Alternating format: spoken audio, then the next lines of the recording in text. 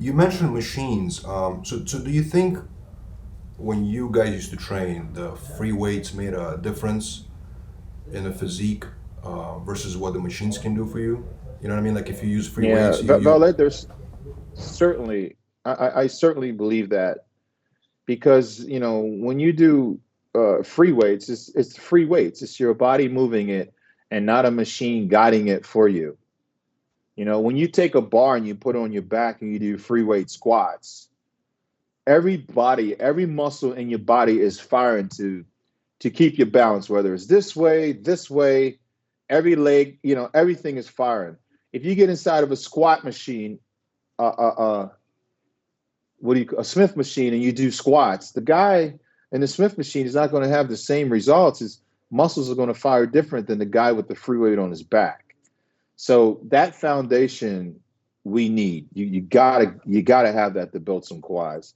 Another thing, you have to bench press. There's something about flat bench pressing that develops your shoulders, your triceps, and all of the pushing movements. Because again, you're doing this. Your body's got to adjust and find its way. There's not a machine doing this, and you can go like this. People doing this on Smith machines. I mean, come on, man. Hammer Smith machines are all guided like this. When you grab those dumbbells and you grab, there's other things, and your mind is also focusing in on if there's a weak side here or here, then it's gonna have to eventually catch up. So you're developing those muscles that need to be fired for more muscle development when you're doing the free weights. It's a whole different animal. it's interesting. You also mentioned doing cardio twice a day. I talked to some bodybuilders today. They don't really even do cardio. They do very little, and they do So just to get the heart rate going. You know, you heard that? I'm put it sure you've this heard that way. also. Look at it this way. Do you think a powerlifter is going to be able to deadlift more weight inside of a squat rack or deadlift more weight from the ground? He'll be able to deadlift more weight, not a squat rack. I'm talking about from a Smith machine, right? You'll never see powerlifters deadlifted from a Smith machine nowadays. It'll never happen. You'll never see him doing squats inside of a Smith machine or deadlifts. So there's something to be said for that raw boom boom. Between you and that weight is just steel. Nothing guiding you. You know, Look at Michael Hearn. Look at how he trains. A real squat rack. You don't see him inside of a daggone Smith machine doing chest and all this. It's real hardcore deal, real deal. And you stay consistent like that and everything, man. I mean, and you can't get any. When you get like that, that's the real deal, and that's the difference in the physiques today. That's that's the real deal stuff, man.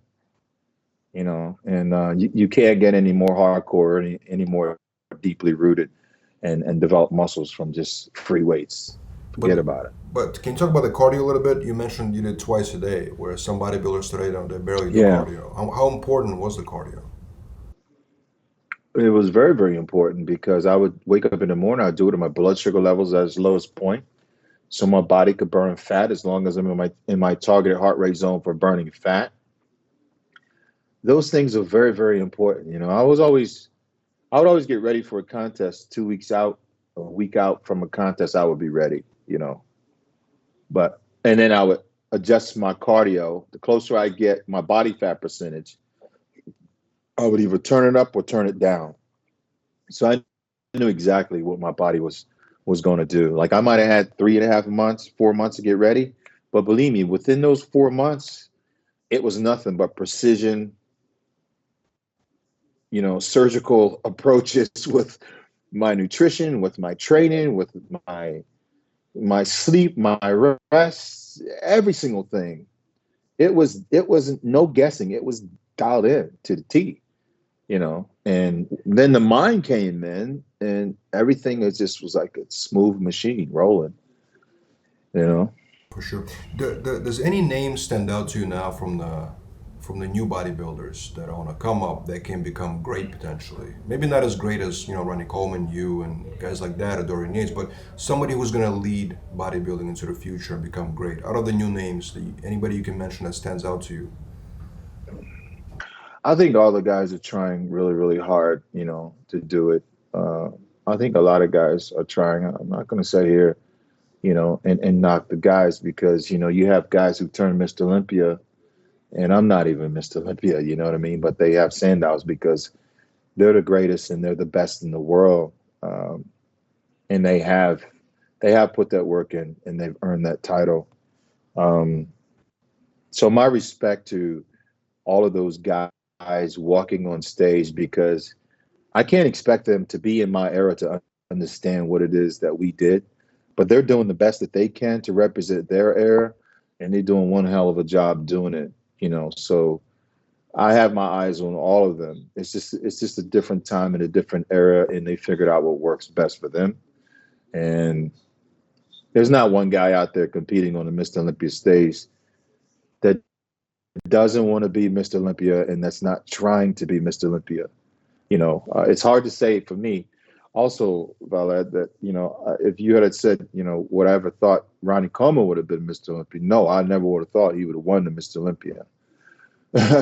So for me to sit here and say I believe this or I believe that, I mean, I could be 100% wrong in my predictions because I have before.